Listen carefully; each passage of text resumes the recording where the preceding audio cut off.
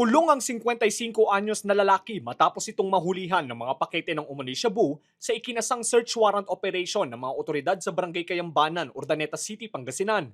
Nasamsam sa kustodiya ng suspect ang nasa 4.31 grams ng umano'y shabu na nakasilid sa 7 plastic sachet na may standard drug price na 29,308 pesos. Nasabat din ang samut-saring mga drug paraphernalia.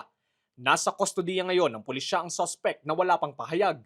Samantala, arestado rin ang 47 anyos na magsasaka sa ikinasang search warrant operation ng pulisya sa Barangay San Vicente West, Asingan, Pangasinan. Ikinasa ang operasyon sa mismong bahay ng suspect. Nasamsam sa suspect ang 2 pakete ng umano'y shabu na tumitimbang ng 7 gramo na nagkakahalaga ng mahigit 47,000 pesos. Kasama rin sa mga na-recover ang 7 bukas na plastic sachet na naglalaman umano ng shabu residue. Nasabat din ang iba't ibang mga drug paraphernalia. Ayon sa pulisya, ikinasa ang operasyon dahil umano sa mga natatanggap nilang impormasyon tungkol sa suspect na isa umanong tulak ng droga sa lugar.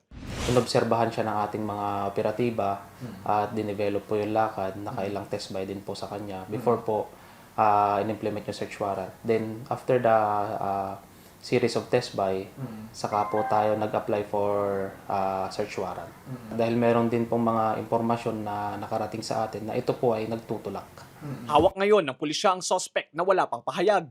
Mahaharap ang mga naarestong suspect sa reklamong paglabag sa Republic Act 9165 o ang Comprehensive Dangerous Drugs Act of 2002.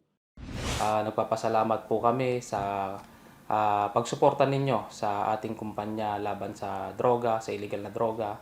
At hinihikayat po namin na kung mayroon pa po kayong mga impormasyon regarding po sa ating mga personalities na involved po dito, lumapit lamang po sa aming istasyon at ipagbigay alam po sa amin nang sa gayon ay mag-aksyonan po natin kaagad.